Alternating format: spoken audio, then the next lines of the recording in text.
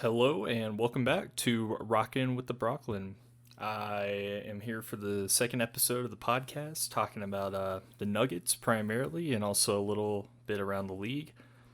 This episode is taking me a little longer to get out. I've been a little busy with a new job recently, and also just a tiny bit under the weather. But alas, I'm back, and here we go. So, some news. Nikola Jokić and Jason Tatum both named Players of the Month for the month of October and November. If you don't know, they kind of combine October and November since they start more or less in the middle towards the end of October. They just throw it on there. Very well deserving for both of these guys. Jokić is proving to everybody that he is the best player in the world, and it's not really that close. Tatum, perennial All NBA player, gonna be in the MVP race again. He's a great young player. It's hard to believe that he's only 19. He's not 19, but if you know, you know. But he's been doing great with Boston. As of right now, they are sitting atop the East, and he had a great month with them, going 14-4. 27 points per game, almost 9 rebounds, 4 assists. Jokić, 12-6 record. I don't think they counted the Pistons game, which he was ejected from in the second quarter, or else I think that would be a 13-6 record. But he only played 15 minutes in that game. But with a unbelievable 29 point, 13 rebound, 9 assists stat line, goodness. This guy, he's just doing it night in and night out. We'll get a little later to some of the struggles that he had, specifically last night, but nevertheless, very well deserving for both of these players. A few people are a little upset that Tyrese Halliburton was not named Player of the Month, and he had a great month too, but his team was not quite as good as the Celtics, so I understand why they gave it to Tatum. No big deal. No big deal at all. Jokić absolutely deserving of it. If he didn't get it, that would be an absolute crime. But anyway, Nuggets talk. We've had a pretty up and down last week and a half. We started out strong playing the Spurs on Sunday, I believe it was, last Sunday in November. Now, this was a great game to come back from because they had that game a few weeks ago in the in-season tournament against the Rockets where 86 points were scored by Denver, and it really was not a good showing from them. Defensively, they were okay, but Jokić was pretty much playing by himself. KCP, I remember in that game, had about 20 points, but it can't just be one or two guys. You need a team to win. This game against the Spurs was definitely what our team is about. We had 38 assists, which was a season high. I love to see that. Everybody was just passing the ball all over. Gordon was out for this game, and so was Murray. Murray, was struggling with the hamstring injury, and then he came back in a game after this, but then got a little ankle injury. But, hopefully he'll just be able to stay healthy because he hasn't really struggled with any major injuries. It's just been minor stuff, ever since he tore his ACL a couple seasons ago in Golden State. But this was a great game. Jokić with another masterpiece, 39, 11, and 9. Very efficient from the field as well, 17 for 29. Michael Porter was great in this game. He lit it up specifically in the first half. I believe he had 23 of his 25 in the first half. Also finished with 7 rebounds. And the bench in this game was pretty good too. Strother was a boost that we needed off the bench. He came out and hit 2 threes and had 10 points. Christian Brown struggled a little bit, but he brought the energy as always. And DeAndre Jordan and Peyton Watson brought some more energy too. They're really fun to watch when it's working for them.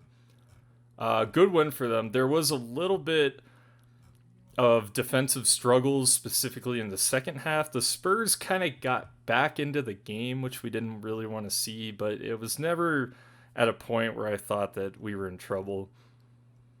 Really good stuff to the boys, though. Yeah, that was a good one. Good one. I want to go over quite a few since, it's been over a week since the last episode came out.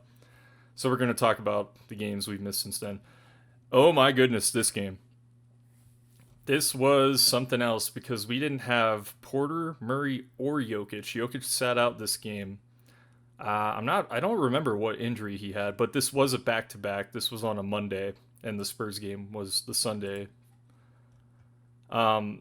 Porter really struggled in this game, but he was not the story of the game. The story of the game was Reggie Jackson with a revenge game. He took it personally. He shot 15 of 19 for the field, nearly 80%. Bro had 35 points, only 2 turnovers to 13 assists, and throw on 5 rebounds on top of it. Not to mention the guy who was covering for Jokić, DeAndre Jordan, came out and had a whopping 21 points, which is his most as a Nugget by a mile. Also had 13 rebounds and 5 assists. Kind of interesting that he had 13 and 5. Reggie had 5 and 13. Kind of the inverse of each other. But this was a really, really good win for our team. Porter, I think going into this game was expected to be the number one option. And he really struggled from the field. He was still there defensively and, was still trying to get involved in the offense, but he did shoot 3 of 13, only 2 of 7 from 3. 10 rebounds, which, he's averaging quite a few rebounds this season. I believe he's at about 9 for the year, which is a season, or a career high, rather. But this game was awesome. I really did not expect us to win. But, the boys pulled through. Also, I do want to talk that KCP also struggled from the field. But it didn't matter too much because Reggie Jackson and DeAndre Jordan, the shadow of Lob City, took over the Clippers that night. This was also a very, very rough game for Paul George. He finished with 6 points and shot 2 of 13 from the field. Kawhi Leonard was spectacular. But, and Zubats was also very good. But they just did not have enough going for him this night. Just great win by the boys. Also, I did fail to mention Strother came off the bench and hit a few threes, which helped us as well. But really proud of them for that win. We definitely could have lost this game. I know we did win by 9, but we shot 15 of 28 from the stripe. We are the worst free throw shooting team in the league, and I don't know why that is. It's a little frustrating that we're such a talented team, but we just can't hit anything from the free throw line. Even Jokić has been struggling a little bit this season. He's been better recently. He's around, I think, 80%. But the beginning of the year, he was struggling. Overall, good win for the boys, though. It was amazing to see Reggie Jackson just pull up the way he did. He was spectacular. Him and DeAndre Jordan, there were memes on social media about them being Shaq and Kobe pretty much last night, or that night when they won. And they did not disappoint at all. They were great. Next game. This was a great game to watch too. I don't know why the Nuggets seem to be such a different team on the road to at home. It's a complete difference sometimes. I don't really understand why. I know that playing at home in front of the home crowd is exhilarating, and the altitude, they're very used to it at this point. And I have to admit, we don't lose at home either. There are 2 teams that are undefeated at home right now. It's Boston and Denver. Coincidentally, 2 of the best teams in the league. You got to win at home. But we've just been a subpar team on the road and an excellent team at home. This was a really good revenge win, I feel, because we got punked in Houston. There's no getting around it. We just got punked. That in-season tournament game was maybe one of the worst games I've seen over the last 5 years as a Nuggets fan. Of course, I've been a Nuggets fan since about 2007, 2008. That's kind of when I started watching. I remember Carmelo Anthony and Allen Iverson together. Kenyon Martin, those guys, George Karl back in the day, J.R. Smith. Fun team. That was a fun team. But recently, this was just a terrible game that we were witnessing. Murray was back for this game, luckily, and this was a much better game. But Jokić, masterpiece performance.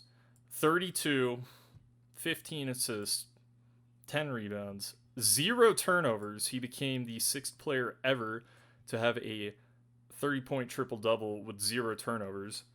Halliburton's been close a few times this year, but he hasn't quite hit 30 and had 0 turnovers, as with the triple-double, that is. Murray was okay in this game. He kind of struggled from the field, but he was able to get to the stripe a few times, and he hit a few threes. Justin Holiday was taking place for Gordon again, and he did his job. A pretty efficient night, all things considered. We shot 73% from the free throw line, which once again is not good, but 44% from the three, and that's a good number that we'd like to see. 19 of 43, really good stuff. This game was, again, a very Nuggets game, I'd say, where there were a lot of assists going around, because we're at our best when we play team basketball. And I think everybody on the team knows that. They want to play the right way, essentially. And I love it when they do it, because it is such an exciting brand of basketball to watch. 37 assists, almost tying the 38 from the other night. Good win. Houston, Jalen Green caught fire in the second half. He was very quiet in the first half, and then in that third quarter, I think he had around 19 or 20 points. Şengün was once again really good, but it was clear that he just got outdueled by Jokić in this game. Good win for the boys. Last Friday,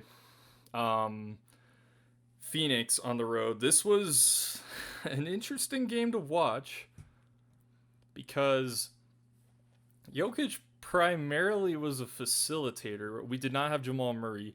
He came back against He came back against Houston in this game, but this is the game where he injured his ankle, minor injury. So he sat out the next game against the Suns. Jokić was primarily a facilitator in this game. He only ended up with 21 points, but he only shot 18 times, which, without Murray on the team, that's not a lot for him. Because with Murray out, Jokić has been averaging anywhere from, I think, maybe like 20 to 32, 33 attempts per game, somewhere in there. Porter did struggle from the three-point line in this game, but he was still good. Finished 8 of 16. Nice double-double, 19 and 10. Jokić also had a double-double, but he only had 5 rebounds, which is his lowest in quite a while, in a game that he's fully completed, not counting the Pistons game. But he did finish with 16 assists. Pretty efficient night for him, except for the free throw line, I guess. And I guess 3-point line. Okay, take that back. It wasn't as efficient as I thought. But Reggie Jackson, again, great in this game. 8 of 11, 3 of 4 from 3. He was playing with the bench a little bit too. We only had a 9-man rotation this game. We were up by quite a bit at halftime, and Phoenix made it close. I give a lot of props to Phoenix for that. They were playing without Booker, and of course, Bradley Beal, who has been out for most of the season. But to be fair, the Nuggets were also without Gordon and Murray, so it was pretty much both teams didn't have their second and third best player. I got to talk about Kevin Durant. This was the night he became number 10 on the all-time NBA scoring list. That is quite an accomplishment. However, these 30 points do not represent the night that he had because of one man named Peyton Watson, who offensively is not anything crazy as of yet, but this man is a defensive hound. Oh my goodness. There's a game last season.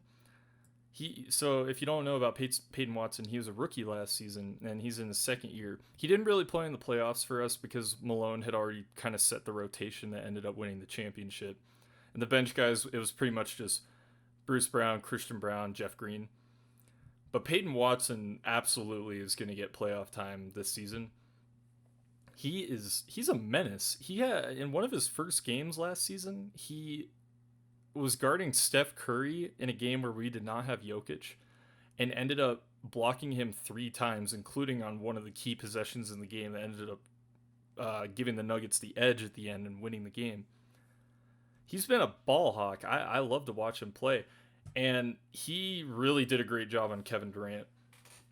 Kevin Durant he was great in the first half and quite frankly terrible in the second half. When Peyton Watson was guarding Kevin Durant, he held him to 1 of 9 shooting when he was the primary defender. Kevin Durant finished 8 of 25, and he didn't make a field goal in the second half. He was 13 of 13 from the stripe, though. But I know the box score might say, 30 points, 3 blocks, 11 assists, a steal. That was not a good night for KD. However, it was a good night for Nurkic. I really hate to say it, but I think for probably the first time I've seen in a long time, Nurkic actually outplayed Jokić, which if you don't know, there's a little bit of history behind these guys.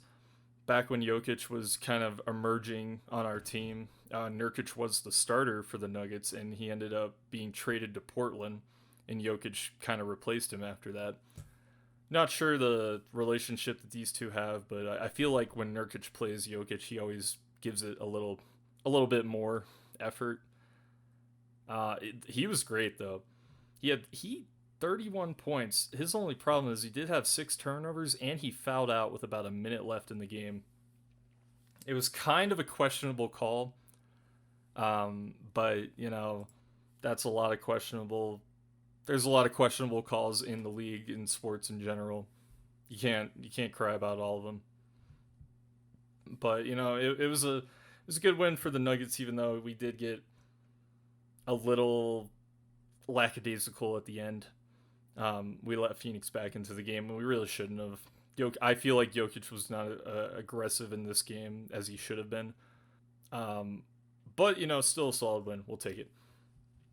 Next game after that was against the Kings in Sacramento. So this was on the second night of a back-to-back.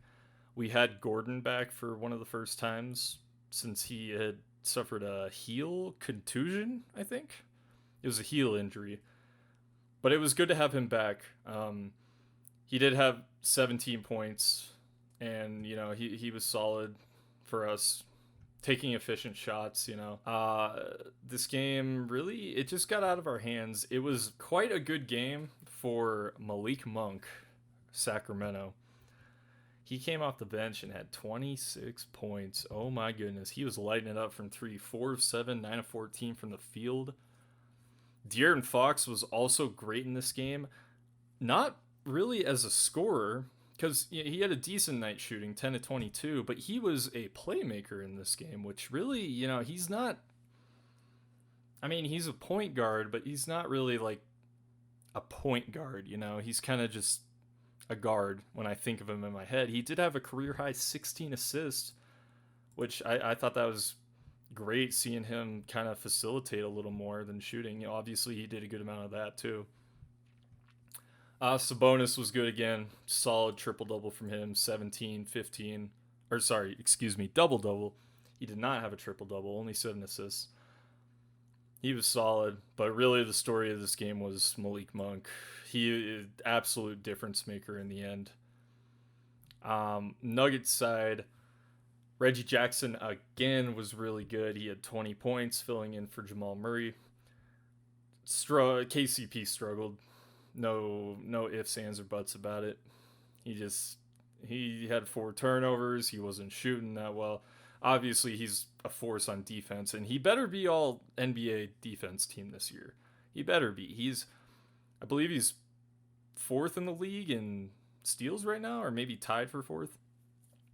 Another masterpiece game by Jokić. You could look at the box score right here. Jokić was actually plus 11 in this game. And the bench just freaking blew it. Oh my gosh. There's a few games where that happens. But Jokić, 36, 13 rebounds, 14 assists. Also, 0 turnovers. So that stat that I mentioned a few minutes ago about him becoming the sixth player to ever have a 30-point triple-double with 0 turnovers, he did it twice within 4 days. Yeah. And we still lost a game. I don't know what to say, but I mean, you can't win them all. Um, Still in a good position in the Western Conference. Unfortunately, last night, this was kind of like an added-in game because they didn't give games, they didn't give all the teams all of these games that were played yesterday and then what will be tomorrow until recently because they were planning for the in-season tournament and they were determine who would get extra games and who wouldn't because the in-season tournament games do count as regular season games with the exception of the championship, which will be Saturday. But we were given a game against the Clippers. Interestingly enough, when you play, this was the 4th time we played them this season already, which is kind of crazy. But interestingly enough, we played 3 games in LA and only 1 in Denver. The first quarter was amazing. We hit 8 threes, 8 of 10, which is the most for any quarter this season. Any quarter, first, second, third, fourth. And then the second quarter, we just didn't really play basketball. We let them get way up. They were actually up at halftime. And then the third quarter, we came out with some energy and ended up being, instead of down by 4 at halftime, up by 3 at the end of the third.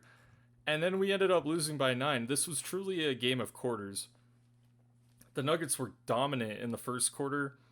The Clippers were dominant in the second quarter. The Nuggets were better in the third quarter than the Clippers, and then the Clippers were better in the fourth than the Nuggets.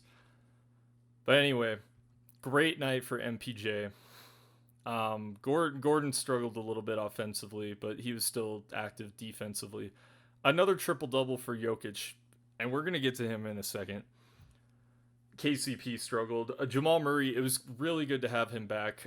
Actually, surprisingly, this was his season high in points. He's only had 23 as his high for this season. But he played decently as well. There's actually a point in I believe it was the early fourth quarter where Murray was really taking over. He hit about 3 shots in a row and forced Ty Lue to call a timeout for the Clippers. Reggie Jackson was really good. He's just been great recently. Hit a couple threes. He had 14 off the bench. But once again, the starters were all plus and the plus minus, and the bench just kind of gave away the game again.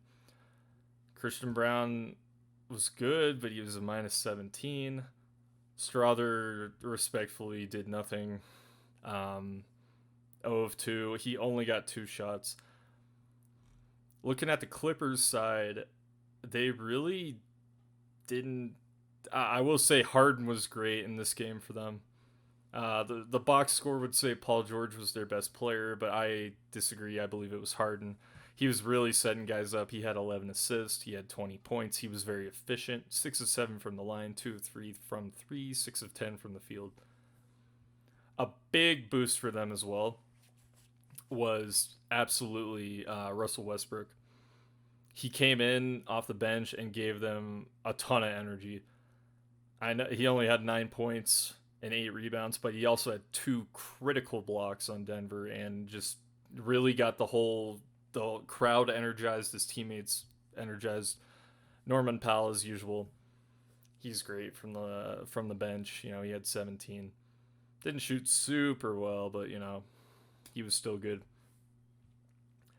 All right, now we got to talk about the big fella. That was, without a doubt, Jokic's worst shooting night of his career.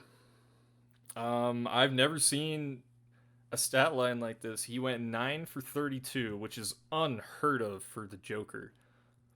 Unheard of. He's shooting 57% from the field this season, before this game at least, and he was 28 last night. He started the game off hitting his first 2 shots, which were actually both threes, and then the rest of the game he went 0 for 5. And that was a big part of the game, is that the Nuggets hit 8 threes in the first quarter, and then we hit 4 for the rest of the game. Another big problem with last night, and I'll get into this a little bit later too, was the free throw disparity. The Nuggets were actually good from the line. They shot 8 of 9. However, they only shot 9 free throws, and the Clippers shot 25. We'll get into that a little bit later, but this Jokić game, not what you want to see from your superstar. The crazy part is that he still had a triple double. This guy has one of I don't want to say this is the worst game of his career, because I definitely don't think it is, but it's the worst shooting game of his career. He still had 22, 15, and 10. I mean, he was still very active around the boards, getting guys involved. But I'm sorry, he was just not hitting the shots he usually hits. Now, the good news for all the Nuggets fans out there, myself included, he's not going to shoot like this again. We've literally never seen anything like this before. He just had a bad night, That's about as bad as it gets for him. This is one of his worst games ever, and he still has a 22-point triple-double. Big problem is he was not getting to the line at all. He only shot 2 free throws, and he made both of them. This has been kind of a common pattern for the Nuggets. I'm going to go through the games real quick, and we're going to look at the free throw disparity.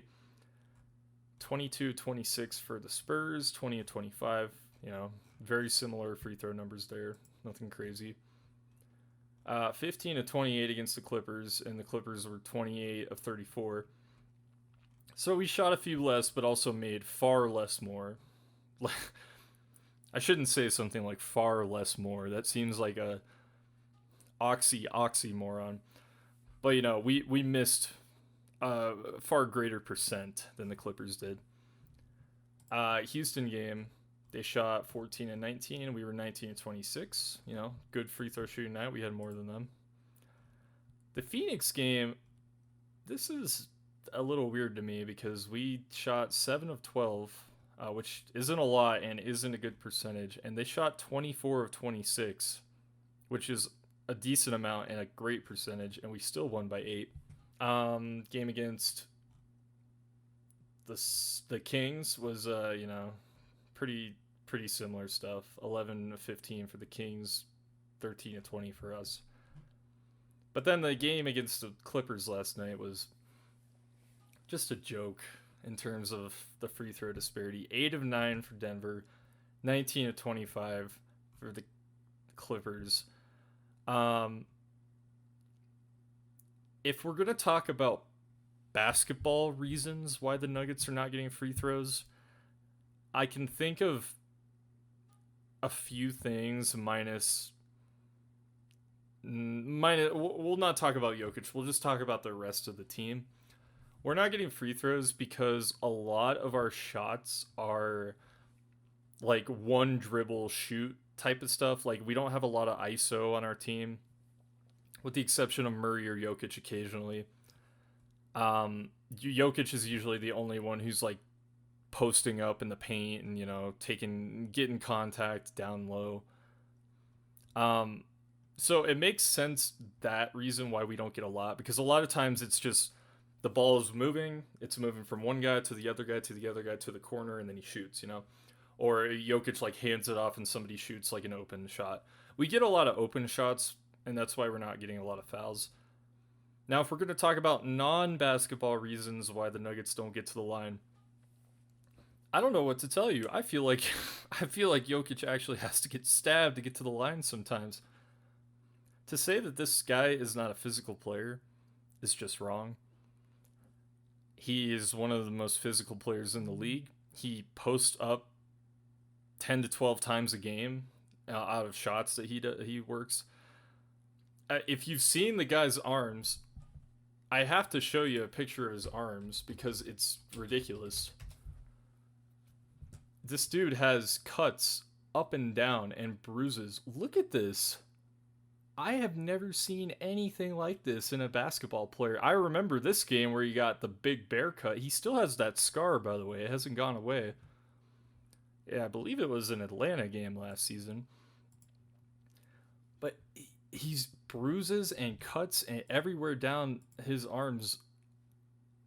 I don't know what to say. Um, he really was trying to get some calls last night. Because I wouldn't say I'd say sometimes he he flops a little bit, but like compared to some other guys in the league, he doesn't like flop at all. He tries to play physical, and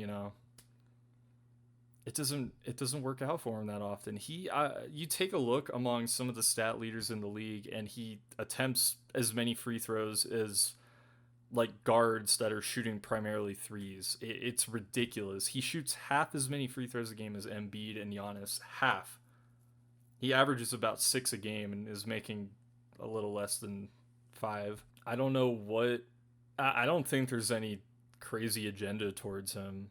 Some refs definitely seem to not favor him, but it literally he gets like heavy contact almost every time he's down in the post. Almost every time. Not all of them are fouls, but for him to shoot 32 times, and mind you, let's take 7 away that the threes. 25. He shot 25 2-pointers, and to shoot once going to the free throw line. There's something wrong with that. I I don't know. I'm not saying free throw shooting was the reason we lost this game. We kind of just struggled. Not even really that upset about this loss. The Clippers definitely owe us. We had beat them 8 times in a row before this, including before the Kings game. That was the previous one before the Clippers. We were 15-0 against California basketball teams in the year of 2023. Of course, we lost 2 in a row. Now we're 15-2. But they owed us. We've kind of ever since that ever since that series in the bubble in the playoffs, we have kind of owned the Clippers. So in a way, because I am quite a fan of Kawhi Leonard and Russell Westbrook, I'm glad that they got a win against us. But it was very, very winnable. The 3-point shooting was not there, and we were not getting to the line. Extremely winnable for the Nuggets, but not that big of a deal. Next game will be, I believe, tomorrow against the Rockets. That was our other flex game.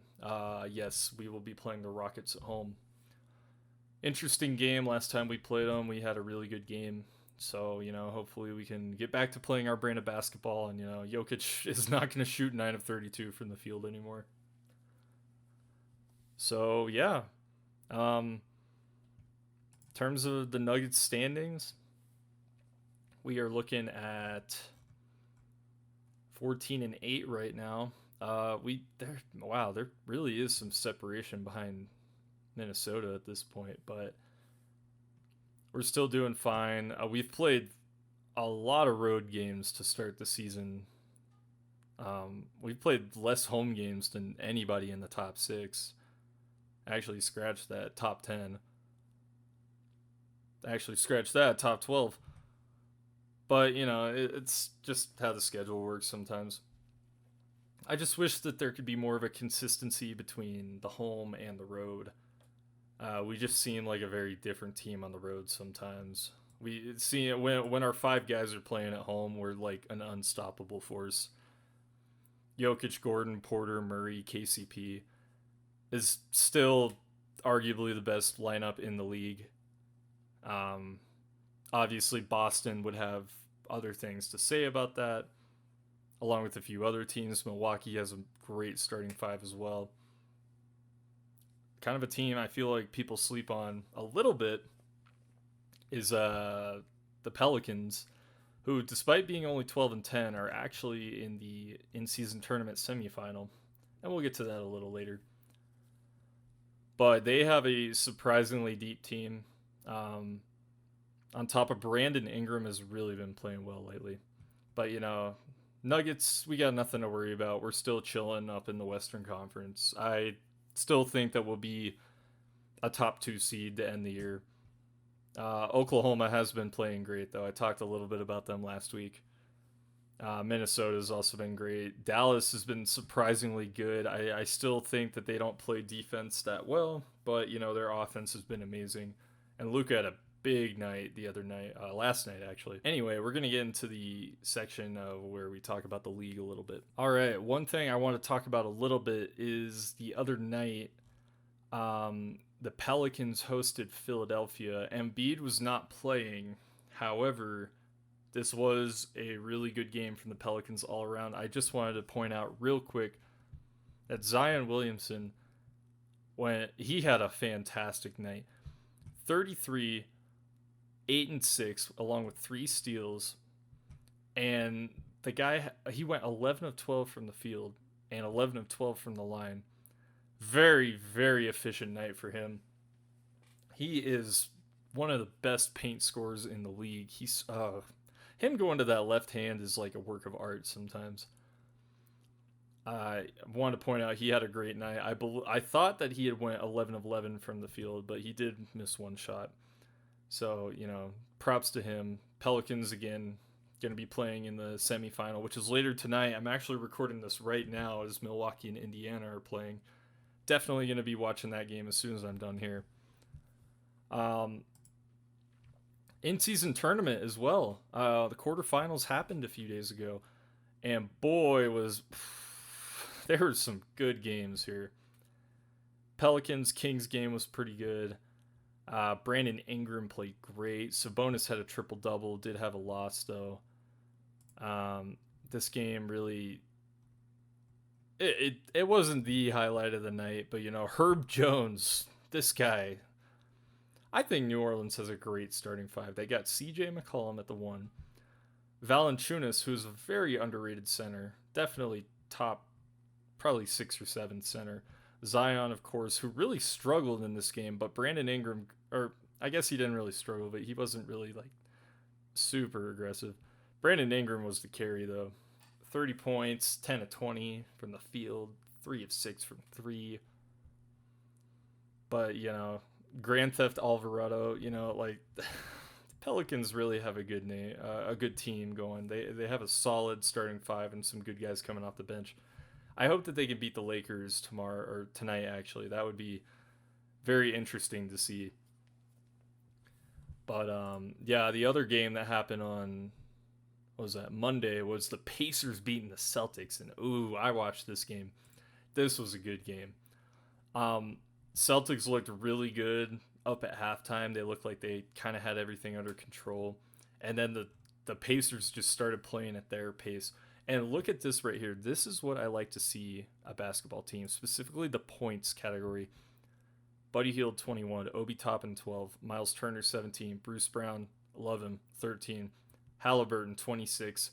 Nesmith and Mathurin off the bench combining for 30. This is a team basketball. This is what a coach would aspire to make out of his team right here. This is great. Halliburton was fantastic, by the way. He had 13 assists and 10 rebounds, his first ever triple-double, and he had 0 turnovers on top of it. Great game from him. He also was huge in the second half, specifically the third quarter, and hit a huge shot way down the stretch when the game was tied. Take a look at this. Still got plenty of time, 7 on the timer. Halliburton trapped, off balance 3, and he puts it in, and a chance at 4. Wow. Tyrese Halliburton, the ascending superstar. And how about Papa Halliburton there? That's my boy. And I tell you, I didn't like that switch that by Hill running off a horse. So in case you're wondering, yes, that was a foul, and he did hit the foul shot. It was a 4-point play tied. A minute and a half left against Boston, who is essentially the juggernaut of the East right now. There are some questions about Halliburton, whether he could perform on the big stage. He's never been to the playoffs. He said that this was the biggest game he'd ever played in his life, and he did not disappoint. Amazing performance for him. Only the second time the Pacers have ever been on TNT as well, in at least the last few years. Or a national game, actually. I don't think it was just TNT. I think it was a national game in general. Halliburton played great. And I got to say, I love the in-season tournament. Although the Nuggets did poorly in it, this has been a great change for the NBA. I think some of the courts are a little hit or miss. Personally, I like the Indiana one, although it's a little bright.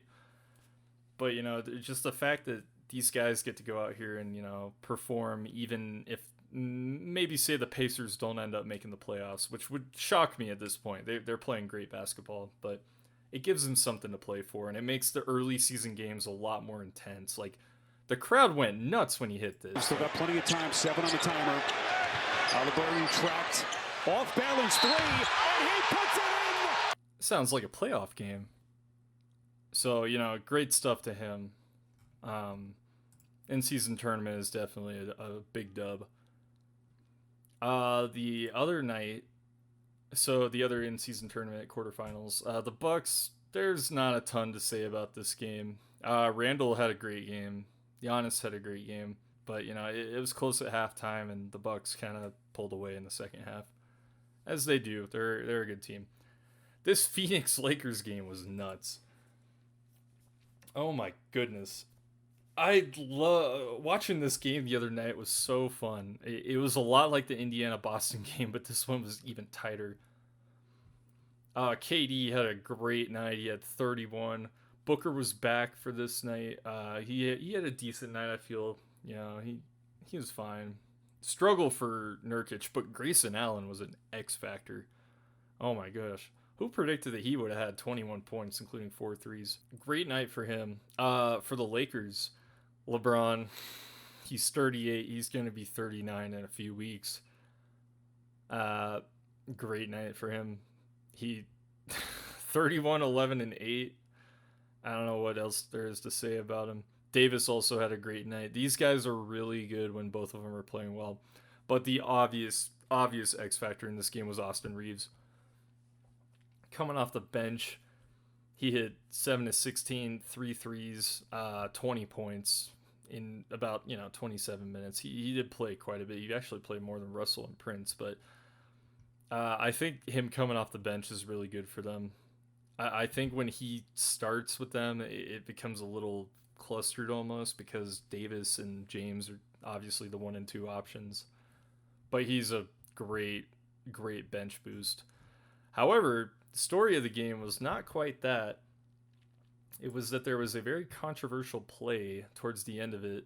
As you can see here, before that plays, Lakers are inbounding the ball here, and they were trying to inbound the ball, and something happens which was a little strange, to say the least. Let's take a look.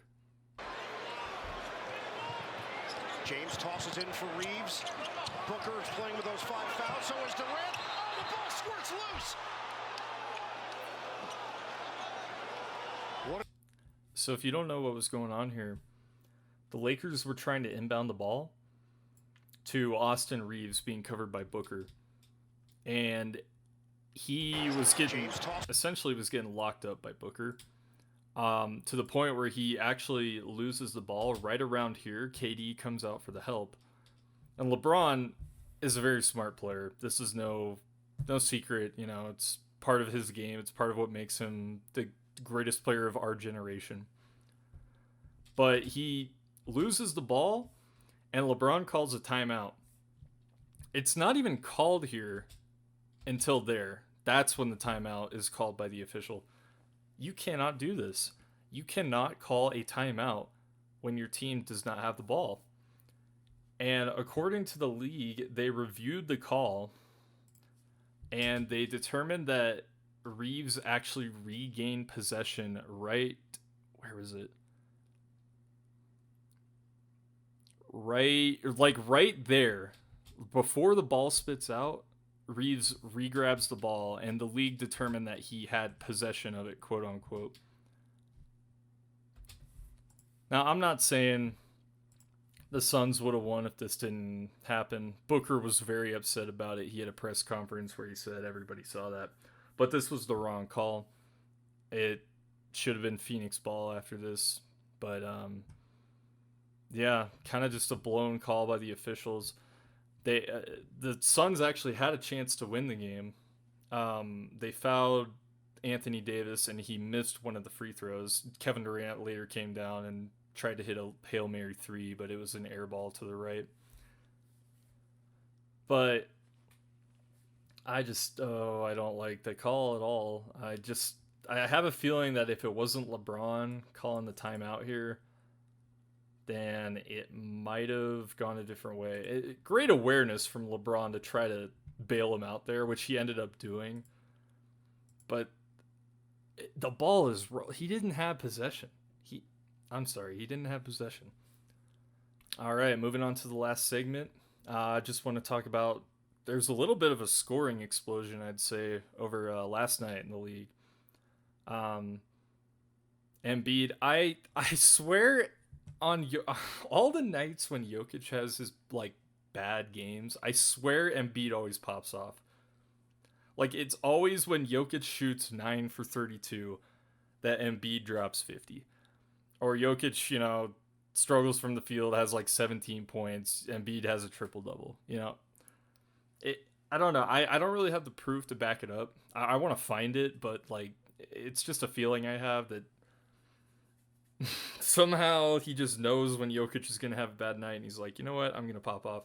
No disrespect to him, though. Embiid's a great player. He did drop 50 against Washington, and Washington sucks, by the way. But, 19 to 29 from the field. They needed every ounce of it, too, because, they only ended up winning the game by 5. Good stuff from him, too. He is a scoring machine. He's just an instant bucket. I like to watch Embiid play. He's a great player. Another scoring explosion last night is, although the Cavaliers ended up winning this game, Paolo Banchero ended up with a career high of 42. Good stuff to him. Shot 16 of 26 from the field. I know he did not ending up winning the game, but really good confidence booster for him. Excited to see where this Magic team goes because they've also been on the rise. Franz Wagner has also been great lately. He did struggle last night, but he's been good lately. Desmond Bane, this one is just out of nowhere. Desmond Bane scoring 49. Once again, against one of the worst teams in the league, but no disrespect. He was great. 4 of 8 from 3, and also there were quite a few. Like, we knew he was a good shooter, and the number 2 option in Memphis. Obviously, we're waiting on Ja Morant to come back. I didn't know he could drive it this well, though. Not to mention 8 assists. Like, who saw that? But, good stuff for him. Good stuff. And then the last thing I want to talk about was Luka, of course. How could we not talk about Luka? Headband Luka is real. Headband Luka, he's right there.